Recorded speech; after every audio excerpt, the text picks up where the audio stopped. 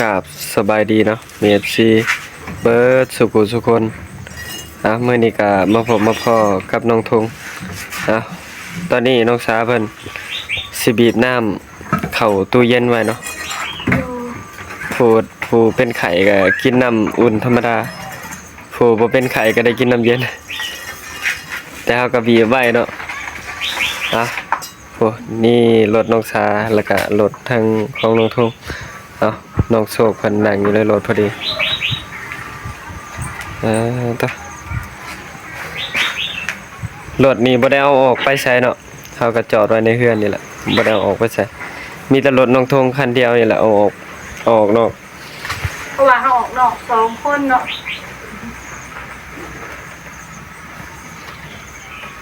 ก็เลยจอดไว้รถน้องสาเพิ่นบ่ได้เอาไปใช้หัวหน้าเขากินหวานกินมื้อนี้เฮาต้มหอยกินมื้อนี้สบายดีเด้อแม่น้องโชคเพิ่นเอาหอยให้เนาะเพิ่นงุมมาหลายเกินเพิ่นก็เลยกินบ่เบิดเนาะเพิ่นก็เลยเอาให้หอยกับหอยดิบนะเพิ่นเอาให้มาเฮาก็ต้มอยู่ตอนนี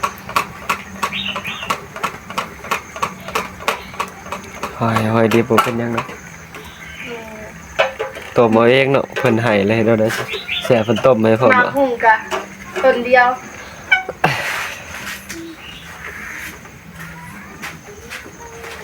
หอยนางของตัวเองก็มื้อนี้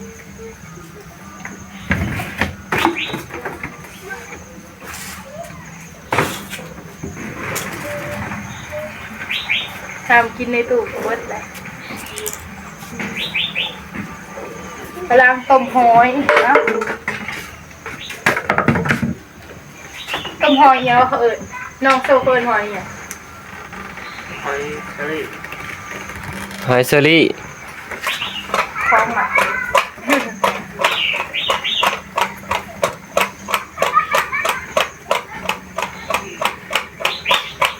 น้ำนะสิขึ้นหอดน้องซาขอเลยเดย์ทงเลยน้ำมันถ่วงเขาหน้าคลองเลยสิขึ้นน้องซาเลยบ่อแม่นนาโตทางน้องซาไปเลี้ยงงัวอีกหน้าหนึ่งเขาเคยไปถ่ายบ่อนานเนี่ยหน้าที่ไอ้ทงไปหวานเขาเลยมันถ่วงเลยยังไม่ได้ทายหน้านั้นมันถ่วงเลยหน้าที่จะเป็นบาดหวานเขานะยังเหลือแต่หน้าเลี้ยวมันเห็ดหน้าปีกับเห็ด2บ่อเนาะเพราะว่าเห็ดของลุงเพิ่นไปกรุงเทพเนาะแล้วเพิ่นก็เลยให้เห็ดได้ข่าวร้ายเป็นได้กับบ้านให้เพิ่นนั่นเนาะทางเป็นหน้าเพิ่นหน้าคลองกับเห็ดคือกันที่ทางไอ้ทงเพิ่นเอาเขาไปส่งไปหวานเขาบอกประมาณนี้เนาะทางน้องซาก็อยู่เพื่อนกับน้องสุภาตอนนั้นหน้าถ่วงมึงสงสัยไอ้ทงไปเห็ดปีแหละมึงเลยหน้าถ่วงเลยปีได้มันกันท่วมทุกปีก็ได้ท่วมทุกปีแต่หากยังเห็ดทุกปีบางเทื่อน้ำแห้งมันบ่ตายได้มันก็พอได้หนาวบ่ได้บ่แม่คือปลูกอยู่ซะปลูกลองเบิ่งเสียงดวงเบิ่งปลูกไว้ก่อนบางเทื่อมันบ่ท่วมแม่นบ่แต่นี่มันท่วมพัดนาคลองมันสงสัยปลามันไปเบิด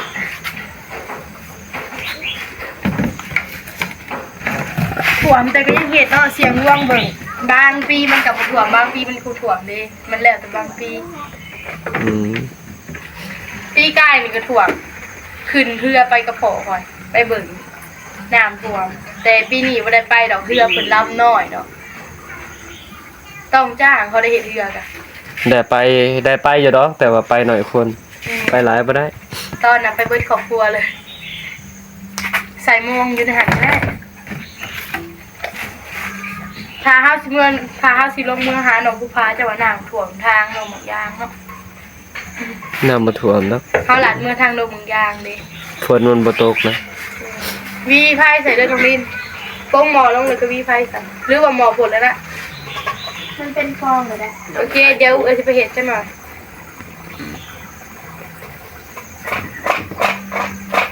ไฟมันก็บ่อยากลุกบ่ได้เนาะเพราะว่าพื้นมันเปียก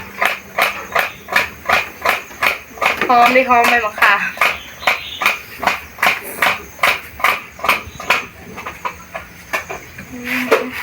ให้น้องแล้วหน่อยเป็นพ้นน้ำขึ้นตู้เนาะเลยแล้วเลย หรือว่าเฮาสิค้นขึ้นเองบ่ ให้น้องละน้อยเพิ่นค้นก็ได้ ให้น้องแล้วเนาะน้องหน่อยคนหน้าคุยตู้เด้อการที่เดียวไอ้สิบอกเดี๋ยวบอกน้องหน่อยก่อน อ้าว แม่น้องโศกของน้อยค่ะ หอย มาเบิดใหญ่ๆกันเลยลูกเลยเล่นนี่มันจ่อยไปเลยนี่ฮะป้าไปอยู่นอกก็ได้คุกไปป้าอยู่ได้เพื่อนยังไง กาบมันออกเบิดเลยก็คือว่าซุป แม่นี่มันออกไปเลยนะเสือสายนั้นเลยน้องลิ้นเอานั่นมา พาอัดอันนั้นน่ะมัน เอาเนี่ยนี่แหละมองข้างเขาเลยผักนี่มันกบเสร็จจะได้กินไหมทง เดี๋ยวจะได้กินต้มแล้วก็จำแจ่ว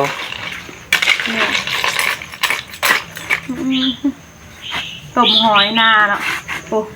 เลยใจเลยป้าต้องตัดแค่มือหนาไปหาหน่อไม้แกงกินกันน้องโศกน้องนี่ทำมัน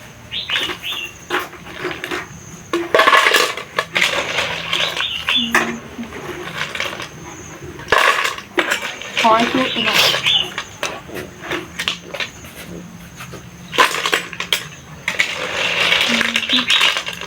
เสิร์ฟออกให้มันอย่างห่อเลยน้อง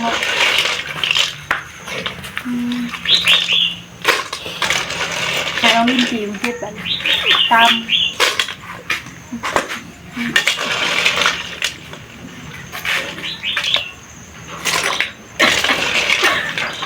น้องผู้ฟ้าโทรมาหลังที่นี่เนาะ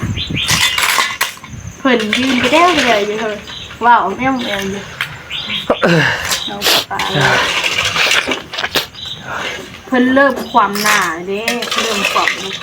อ้าวเป็นไข่แล้วช่วงนี้ยังบ่เผาเมื่อดอกเพราะว่า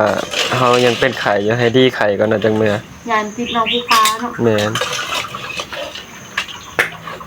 ดังเสียว่ะเสียได้น้ำมันน้ำไปกินไข่เด้เพราะว่าผู้ชายมันบอกเคี้ยวตัวมือกูจ้ะมันคามน้ำ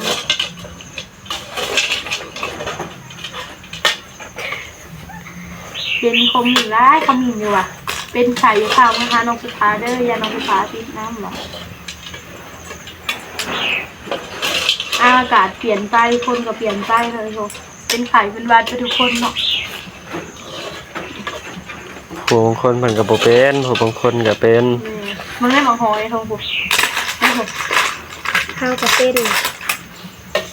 ยังเหลือแต่นอกแล้วน้อยคนนี้ก็อยู่เป็น ข้าวกับเป็น เป็นหยัง ไข่เรียกว่าเป็นคนที เขาบอกหัก เว้าไปแล้ว เราหยอกชื่อ ประโยชน์ที่ชื่ออะไรเด้อเบิ้ลเนาะยัง ยังบ่ได้จีบไผฮู้ได้จังได๋ว่าคนบ่ฮัก ปะนี่เลยน่ะทุกเป็นที่เรียบร้อยหอยนะโอ้ปะให้มันอันนั้นเนาะเศร้าเย็นอายถ่วนๆกินเนาะปะให้มันเศร้าหอนระหว่างที่นี้ทางมันเศร้าฟิตเนาะกูเลยเนาะต้มหมกหอยป้าโทษจนเติงหมอหุงข้าวเนาะ มองยังใส่อยู่ในนี่แล้วคือบ่ต้มสิกันวะต้องเลยหน่อย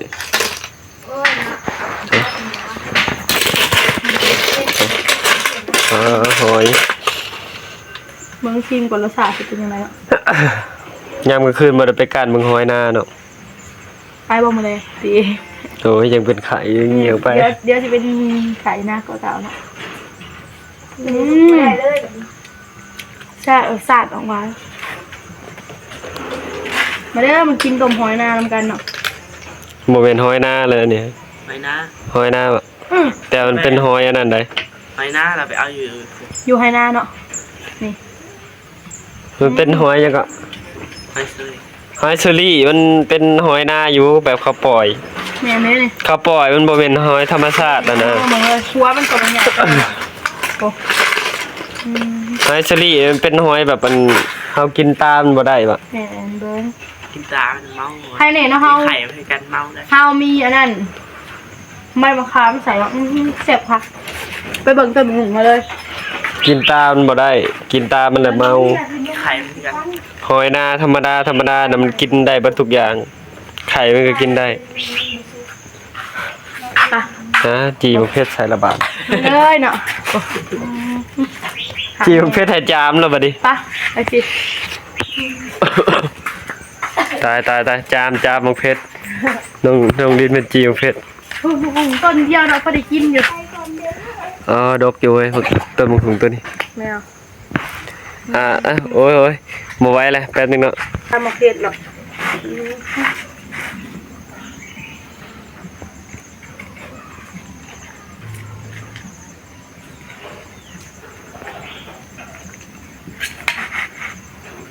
เอาเป็นงัวมาน้องลินสิตามเลยหรือว่ามันเก็ดลายขึ้นเนาะเอาไว้จะเรียนมะเขือมาแล้ว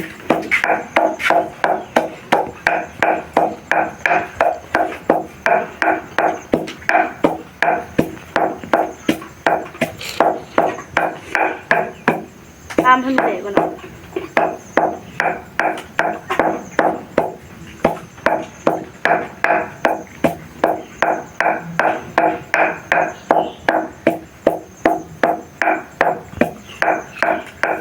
พอคอยไปหาปลาทีนึงแม่ว่าได้พอได้เงินซื้อโอเคไปหาปลาขายปลาซื้อที่ระบบเนาะ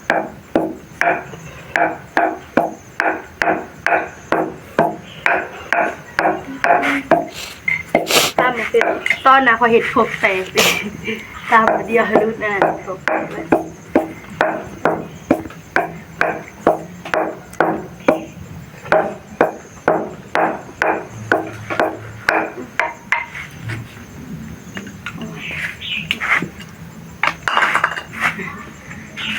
ใส่เป็นนัวลงเนาะ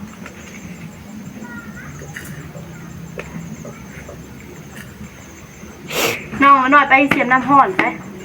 หายมันห่อนในเดียวเด้อ มันถึงวะน้องละน้อยถึงมา เลิงมือน่ะเพิ่นเสียบคอย มีน้ำอยู่ปะเลย บ่มีอาหารบ่มีไปเป็นหนูบ่เลยบ่มีน้ำเด้บีบน้ำใส่ในเดียวอ่ะน้องนินเอาไปเมียนเกตเลยเอาไว้อันนั้นเนาะเอาไว้เห็ดเนาะเมียนเพื่อใส่เพชรในเดียวเนาะอย่างเห็ดไปเสียบแล้วนี่บ่ พอแต่เกามาตาบ้านเนาะ มีมาเบิ่งกันได้บ่เดี๋ยวนี้เบิ่ง ทางนุทุงเอาแต่ตอนมันอย่างเดียว น้ำให้เนาะ นี่ ใส่โต้มเลยเนาะ ปักเสียบเต็มช่ ทอดเนาะ ถอดออกอันหนึงนะบ่เป็นถอดอันปลั๊กตู้เย็นเลย ทอดโทรศัพท์เด้อออกเลยทอดเนาะใส่ในเดียวประแดกคักแห้งเนาะต้มหอยหน้ากินกับข้าว หอยเซอรี่หอยมันแบบเขาปล่อยตามธรรมชาติหอยเซอรี่มันเป็นหอยพันธุ์ น้องโศกกับกินน้ำกันเลยน้องโศกต้มหอยกินน้ำกันเห็ดไม่แล้วไหม หอยเนี่ยมันเป็นหอยแผ่ลายเลยแผ่ไว ซอยผักหอมป้อมใช่เนาะซอยผักหอมป้อมใช่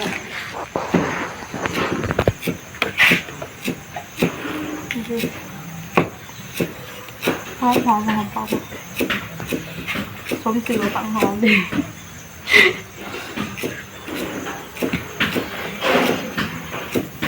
ซอยผักหอมป้อมมันเป็นหอมเขียวเผ็ดหอมที่จริงเข้ากับปิ้งก็เนาะแต่เข้ากับปิ้ง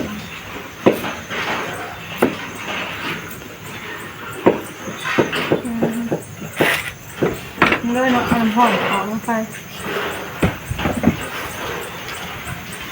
ถ้าเห็ดโมเก็ตเป็นไงปลาแดกกับใส่โต้หนึ่งต้องมือนะเอิ้นจะเลยว่ะ เก็บเสือขึ้นเนี่ยทินเสือตกเลยลมผัดช่วงนี้ เอาเลยเห็ดหน้าไม่ได้เนาะเอากินกับหอย ำต้นมีใส่ต้นมันฮักคุยพันบะหมี่บ่อย ป้าเธอเจียวเห็ดเอาผักลงไปหน่อยโถตักเอาใส่ร้ายเลยเนาะ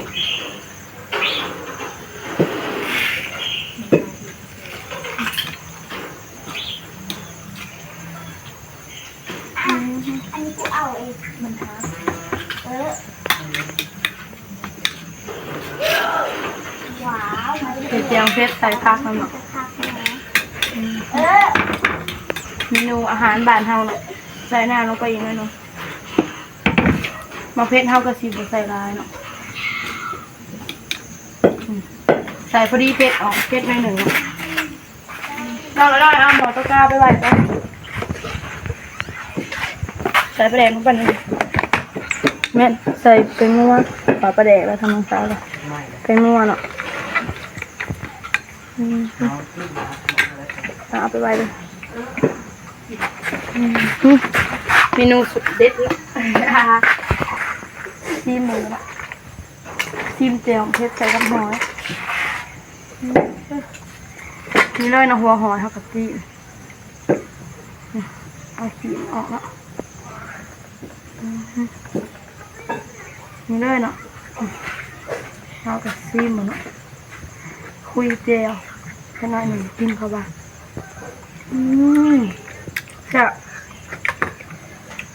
จะแพงอ่ะข้าวกับไปกินข้าวเลยเนาะบัน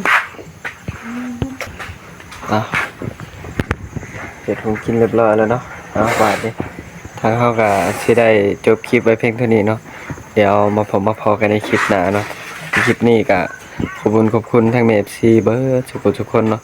ที่เบิ่งคลิปของลุงทุ่งตั้งแต่ต้นจนจบที่บอกความโฆษณาทางลุงทุ่งก็สิขอลาไปก่อนเนาะเพื่อนพี่น้องขอกล่าวคำว่าสบายดี